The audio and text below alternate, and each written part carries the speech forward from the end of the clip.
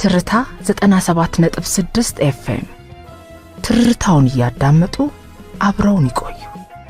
አሁን ደግሞ ሰዓቱ ከሀገር ውስጥና ከባህር ማዶ የተሰሙ ዋና ዋና ዜናዎችን ወደ እናንተ የምናደርስበት ነው። በቅድሚያም የሀገር ውስጥ ጉዳዮችን በማስቀደም እንጀምራለን።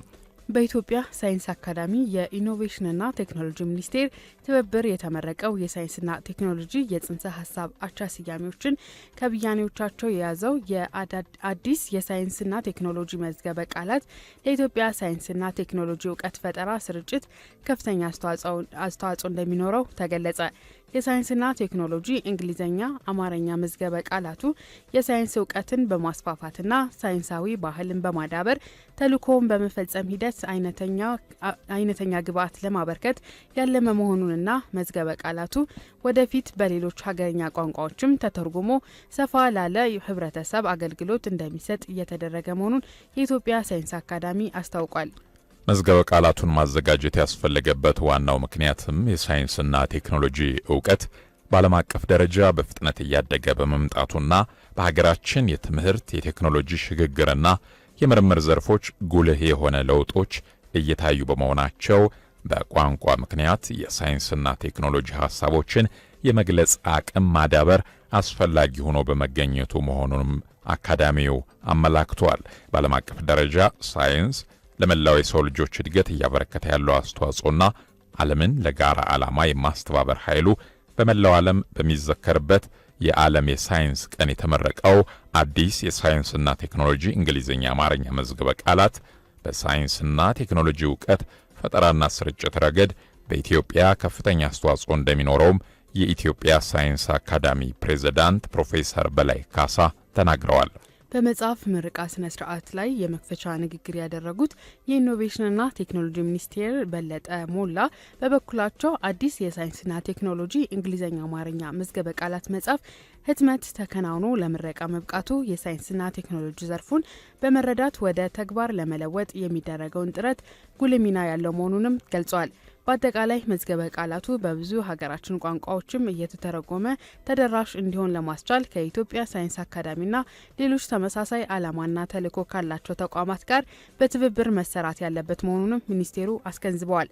በኢኖቬሽንና ቴክኖሎጂ ሚኒስቴር ድጋፍ በኢትዮጵያ የሳይንስ አካዳሚ የታተመው አዲስ የሳይንስና ቴክኖሎጂ እንግሊዝኛ፣ አማርኛ መዝገበ ቃላት ከ30 በላይ የሙያ ዘርፎች ከ90 በላይ ከፍተኛ ትምህርት ከምርምር ተቋማት እንዲሁም ከሳይንስ አካዳሚ የተመረጡ እውቅ ባለሙያዎች የተሳተፉበት ሲሆን ከ11500 በላይ የሳይንስና ቴክኖሎጂ ስያሜዎች የተበየኑበት መሆኑንም ከኢትዮጵያ ሳይንስ አካዳሚ የተገኘው መረጃ ያመለክታል።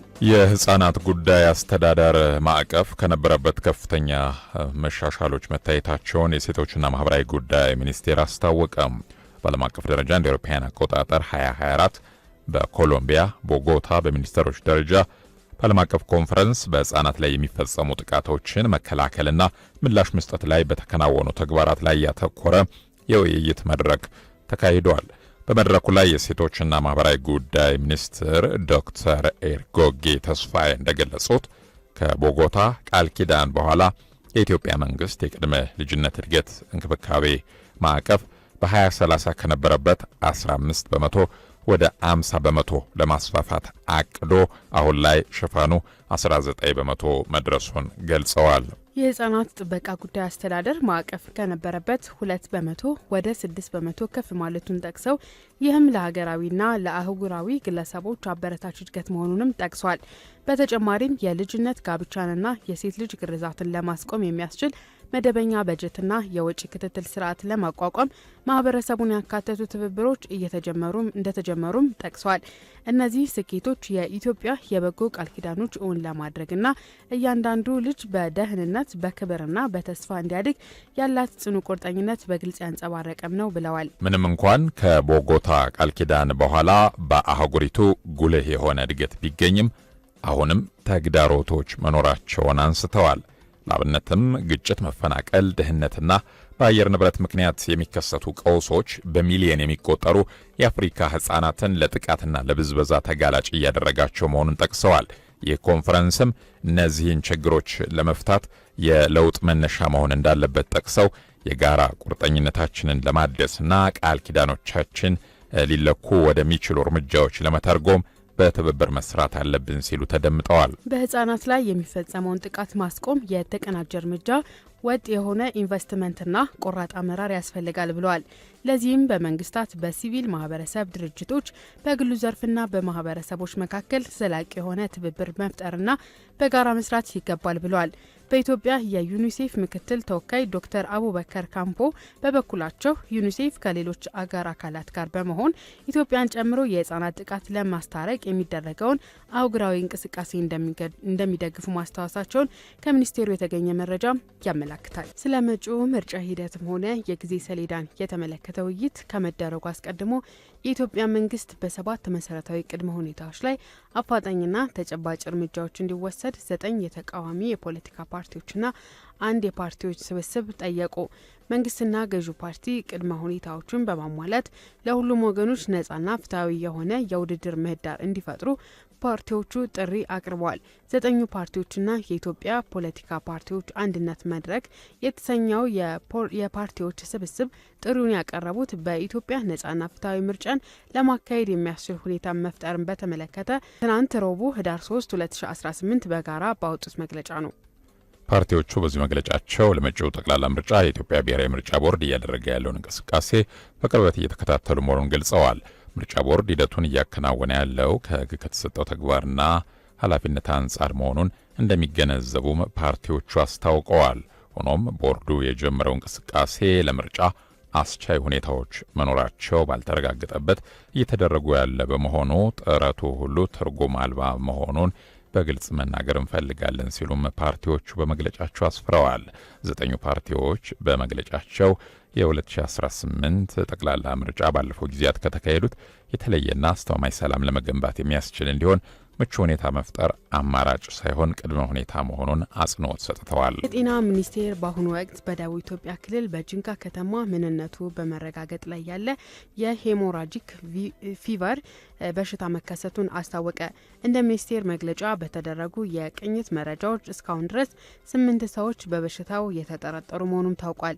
በዚህም መሰረት የጤና ሚኒስቴር ከኢትዮጵያ የህብረተሰብ ጤና ኢንስቲትዩትና ከክልሉ ጤና ቢሮ ጋር በመሆን በደቡብ ኢትዮጵያ ክልል የተመዘገበው ይህንን በሽታ መንስኤ ለማወቅና ተጨማሪ ስርጭት ለመግታት እንዲሁም ለመቆጣጠር ፈጣን ምላሽ ሰጪ ቡድን ወደ ቦታው በመላክ የመስክ ግምገማዎችና የላቦራቶሪ ምርመራዎችን እያከናወነ ሲሆን በተጨማሪም የማህበረሰቡ ቅኝት፣ የንክኪ ልየታ፣ የቤት ለቤት ልየታ እንዲሁም የሕክምና አገልግሎት አሰጣጥ እያጠናከረ እንደሚገኝ አስታውቋል። በመሆኑም መላው ህብረተሰብ፣ የሚመለከታቸው የባለድርሻ አካላት ሚኒስቴር መስሪያ ቤቱ ሌላ ተጨማሪ መግለጫ እስከሚሰጥ ድረስ ለመከላከል የተለያዩ ምክረ ሀሳቦችና ጥንቃቄዎች ተግባራዊ እንዲያደርጉም ነው በመግለጫው ያሳሰበው። በአፍ አፍንጫና ሌሎች የሰውነት ክፍሎች የመድማት፣ ትኩሳት፣ ማስቀመጥና ማስመለስ ምልክት ሲኖር ወደ ሕክምና ተቋማት መሄድና በወቅቱ የላቦራቶሪ ምርመራ ማድረግ፣ ምልክት ከታየበት ማንኛውም ሰው ጋር ንክኪ በሚኖርበት ጊዜ ራስን የመከላከያ ዘዴዎችን መጠቀም፣ ሁልጊዜ እጅን በሳኒታይዘር ወይም በውሃና በሳሙና በመታጠብ ማጽዳት፣ ማንኛውም ጤና ተቋም በታካሚዎች ልየታ አካባቢ ልዩ ትኩረት በመስጠት የቫይራል ሄሞራጂክ ፊቨር መሰል በሽታ መለየት፣ መመርመር፣ ማከምና ሪፖርት ማድረግ እንደሚያስፈልግ ገልጿል። ለተጨማሪ መረጃዎች ወደ 8335 እና 952 ነጻ የስልክ መስመሮች በመደወል ማግኘት ይቻላል ሲልም ሚኒስቴሩ በመግለጫው አመላክቷል። ከውጭ ምንጮች ወዳገኘናቸው ዘገባዎች ስናልፍ በቅድሚያም ከአፍሪካ በሴኔጋል የፖለቲካ ፓርቲዎች መካከል የተከሰተው መካረር ተባብሶ መቀጠሉ ተነግሯል። የሀገሪቱ ፕሬዝዳንት ባሳሪ ዲዮማዬ ፋዬ እና ጠቅላይ ሚኒስትሩ ኦስማኒ ሶንኮ በሚመሩት የጥምር መንግስት ላይ ጥያቄዎች መነሳት መጀመራቸው ነው የተነገረው።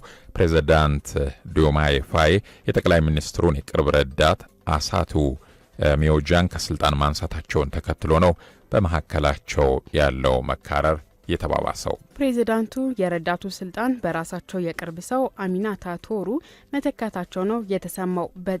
በጥምር መንግስት አመራሮች መካከል ሽግግር እንዲደረግ የተጠቀሰውን ደንብ የሚጥስ በማለት ተቀባይነት እንደሌለው ነው ተቃዋሚዎች የገለጹት። ኬንያ የተለያዩ የአፍሪካ ሀገራት ነጻ የንግድ ቀጠናን ለመቀላቀል እየደረሱ ያለውን እርምጃ የሚደነቅ ነው አለች። የኬንያው ፕሬዚዳንት ዊሊያም ሩቶ እንደገለጹት በተለይም ሀገራት ቀረጥና ከቀረጥ ነጻ የሆኑ ሕጎችን በማስተካከል የጋራ የንግድ ግንኙነት ለማሻሻል የሚደረገውን ጥረት ከፍተኛ መሻሻሎች እያሳየ እንደሆነም ተገልጿል ብለዋል። በኬንያ ናይሮቢ 25ኛው የምስራቅ አፍሪካ ሀገራት የአነስተኛ መካከለኛ ኢንተርፕራይዞች የጋራ ስብሰባ ተካሂዷል። በስብሰባው ላይ በቀረበው ሪፖርት ስምምነቱን የተቀበሉ ሀገራት በ2024 ከነበረበት 10 ወደ 48 ማደጉ ተስፋ ሰጪ መሆኑ ተነግሯል። ሩሲያና ካዛክስታን የሁለትዮሽ ግንኙነታቸውን ማጠናከር በሚችሉባቸው ጉዳዮች ላይ መከሩ። የሩሲያው ፕሬዚዳንት ቭላዲሚር ፑቲንና የካዛክስታን አቻቸው ካሲም ጃማርት ቶካየር በአይነቱ ትልቅ የተባለ የጋራ ስምምነት መፈራረማቸው ተሰምቷል። በክሬምሊን በተካሄደው የሁለትዮሽ ውይይት ሀገራቱ የሚያደርጉት ድንበር ዘለል የጋራ የንግድ ግንኙነት በሁሉም ዘርፍ ለማጠናከር ስምምነት ላይ ደርሰዋል። የሩሲያ የውጭ ጉዳይ ሚኒስትር ቃል አቀባይ ዲሚትሪ ፔስኮቭ ስምምነቱ ተግባራዊ እንዲሆን ሀገራቸው የማይተካ ሚና እንደሚኖራትም ገልጸዋል። በመጨረሻም በዩክሬን የተጀመረው የጸረ ሙስና ዘመቻ ተጠናክሮ መቀጠሉ ተገለጸ። የሀገሪቱ የጸረ ሙስና ኮሚሽን ባደረገው ከፍተኛ የማጣራት ዘመቻ በርካታ ከፍተኛ ባለስልጣናት መረጃዎች እየተገኙባቸው እንደሆነም ይጠቁማል። የሀገሪቱ ፕሬዝዳንት ቮሎዲሚር ዜሌንስኪ የሀገሪቱን የኤነርጂ ሚኒስትር ሳቪንቲና ግራይቻንክ እንዲሁም የፍትህ ሚኒስትሩን ሄርማን ሆሎሽንኮ ከስልጣን ማንሳታቸውን አስታውቀዋል። የዩክሬን የጸረ ሙስና ኮሚሽን በሀገሪቱ የኒውክሌር ፕሮግራም ላይ የ100 ሚሊዮን ዶላር ወይም የ76 ሚሊዮን ዩሮ ገንዘብ ምዝበራ መፈጸሙን መግለጹ ይታወሳል። ይህንን ሰዓት በአጋርነት አብረውን እየሰሩ የሚገኙ ድርጅቶች አሉ። አዎ ከራይድ ጋር ወደፊት የሚለን ራይድ ትራንስፖርት የዚህ ሰዓት አጋራችን ነው። ራይድ በ8294 ደውለው ወይም በራይድ አፕ ተጠቅመው ደህንነቱ ተጠብቆ በምቾት ተንፈላሰው ጉዳዩን በስኬት አጠናቀው አረፍ ሲሉ የቤት የመኪና እንደዚሁም የዱባይ ደርሶ መልስ ትኬት ከነሙሉ ወጪዎት ጋር እንዲሁም በርካታ የራይድ ነጻ ጉዞዎችን ጨምሮ የዘመናዊ ስልኮች ባለዕድል ሆነው ወደ ቤቶ ይገባሉ ይልዎታል።